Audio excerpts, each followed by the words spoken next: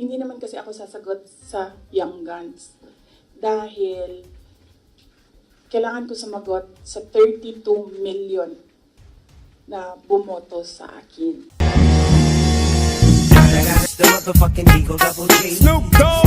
Wala silang kaso for impeachment. Kaya sila nandyan. Kaya sila sige hanap ng kung ano ang gagamitin nila. As we're speaking right now po, merong ongoing House probe.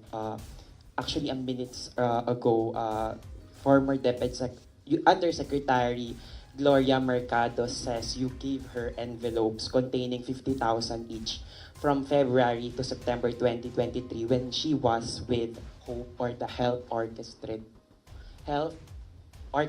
Positive Learning, a DepEd project. She believes it could be to influence her decision as HOPE. Your response po?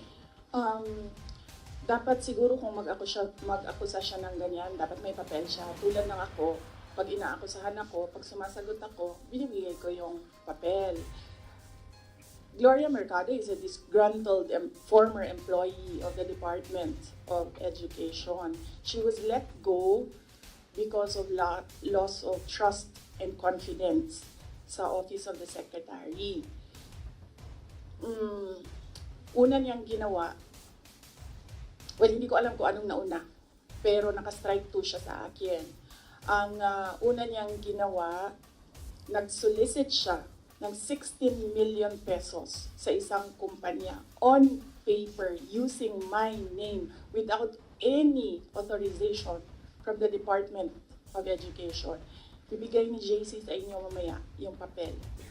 Kalagay doon.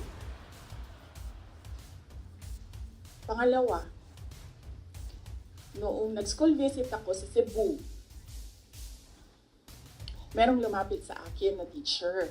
Sabi niya sa akin, Inday Sara, masakit sa loob namin na mga teachers kami na nasa field. Tapos merong humahawak ng teacher items na wala dito sa aming probinsya o wala dito sa aming region. So, pinakwento ko siya. Iyon naman yung purpose ng aking mga school visits, di ba, sa iba't ibang lugar naman. Sabi ko, one-on-one tayo, kwento mo lahat sa akin. And then it turned out, ang HR mismo ng Department of Education, our Undersecretary, took a teacher item from Region 7, nilagay niya sa central office for a non-teaching task. Ginawa niyang executive assistant niya. Ang apelido nun, Villar. Meron niyang paper trail. So, nung bumalik ako sa central office, tinanong ko, totoo ba na meron tayong teacher item galing sa Region 7 na nandito sa atin? Totoo daw, nasa HR. HR pa mismo ang gumawa ng parang injustice sa teachers namin sa field. So, on that second point, hindi ko na pinalampas. Sinabihan na siya na there is a loss of trust and confidence. And you should go. And then she said na, pwede bang mag-retirement na lang ako instead na paalisin ninyo ako. Kasi ang tagal ko na, matanda na ako. And then sinabihan siya, okay, sige. You go. So she's a disgruntled former DepEd employee. At yan yung dalawa na rason kung bakit siya pinaalis. May papel yung 16 million na solicitation niya. May papel yung teaching position sa Region 7 na kinuha niya. And my experience sa kanya, ayoko, factual lang ako ayoko atakihin yung pagkatao niya. Pero when she was HR of the Department of Education, meron kasi akong time dyan for our USEX and ASEX na hindi execom. So, pinapapunta ko yan sila kung sino man yung merong concern, sino yung may problema, pumunta kayo sa akin, mag-one-on-one tayo. So, one of those times na one-on-one kami, siniraan niya yung isang USEC, isang ASEC ng Department of Education. And bago pa lang kami nun. In fact, pag alis ko, 2 years lang kami, very, very new. Na nagulat ako Kasi HR ka eh. Pag HR ka, hindi dapat ikaw yung mag-cause ng away-away sa loob ng institusyon. Dapat ikaw yung maging peacemaker. But siniraan niya yung isang ASEC and isang USEC sa akin mismo. And nagulat ako. Why attack the ASEC or the USEC sa kanilang pagkatao? Hindi naman trabaho. And then, ganun din ang ginawa niya. Nung umalis na siya sa Department of Education because of the 2 points, lumipat siya sa Senate. One of the offices of the senators din, nandiyan yan siya ngayon. And yung isang kaibigan ko doon sa Senado, narinig namin na sige na siya atake. Inaatake niya si Michael Poa, si Reynold Monsayak, si Gerald Chan.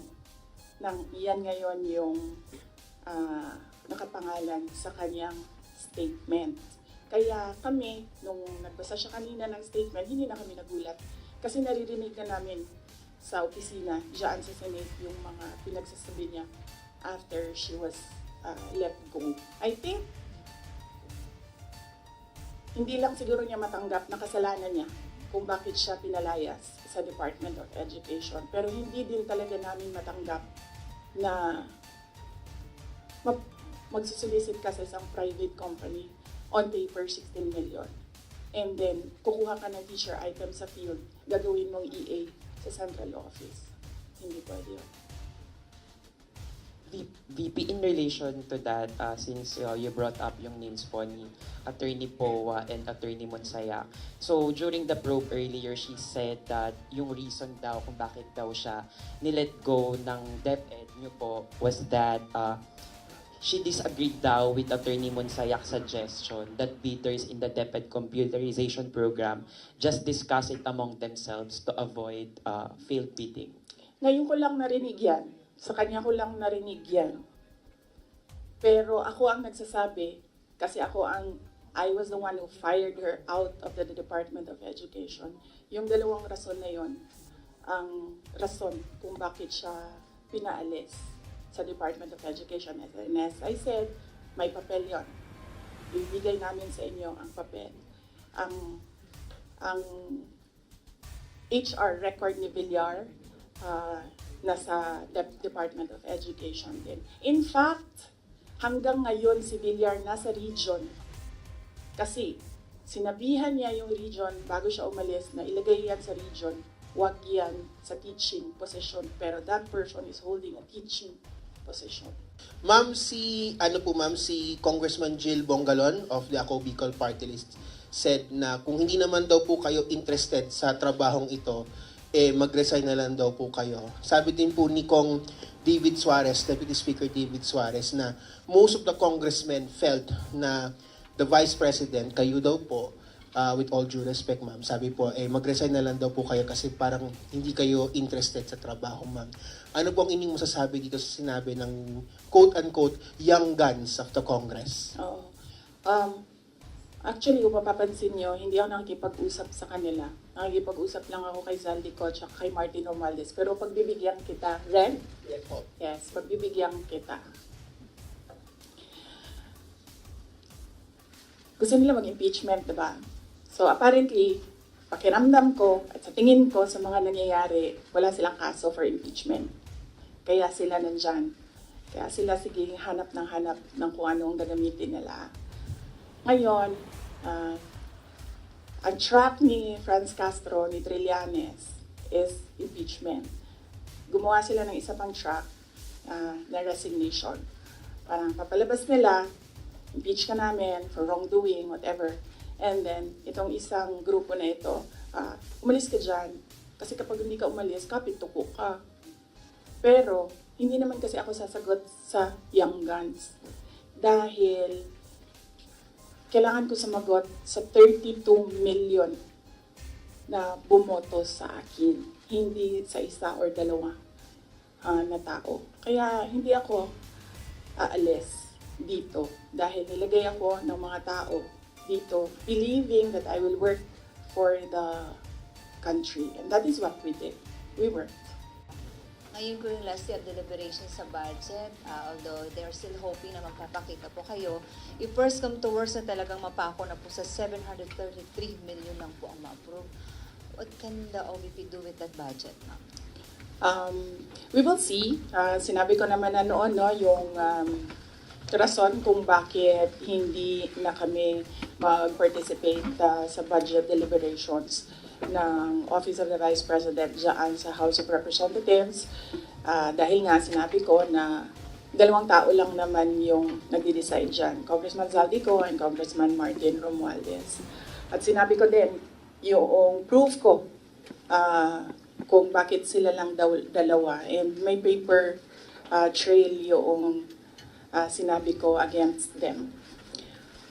Sa 700 million, we will see kung ano yung maiwan, and then we will work around that budget of the Office of the Vice President. Pero definitely, tutuloy pa rin yung trabaho, anuman ang budget ng Office of the Vice President. But then again, ma'am, hindi pa naman po yung final kasi di ba meron pang sa Senate. So, hahabulin niyo ba, ma'am, sa Senate? Kayo ba ay magpapakita na doon during the deliberation? Yes, meron. Nag-aantay kami ng schedule galing sa Senate for the plenary budget hearing ng Office of the Vice President. So, a-attend kami dun. Pero wala na kaming expectation na mahabol pa yan. Kasi nga, sinabi ko doon sa interview ko, pagdating sa bicameral, kung nasaan nandun na yung dalawa, the Senate and the House of Representatives, wala ding nasusunod doon except si Zaldico at si Martin Romualdez. At ang example ko niyan ay yung attached na list, no, sa classrooms ng Department of Education, na kahit pa man tinanong ng mga senador, nandun pa rin siya sa final draft, and nandun pa rin siya sa General Appropriations Act.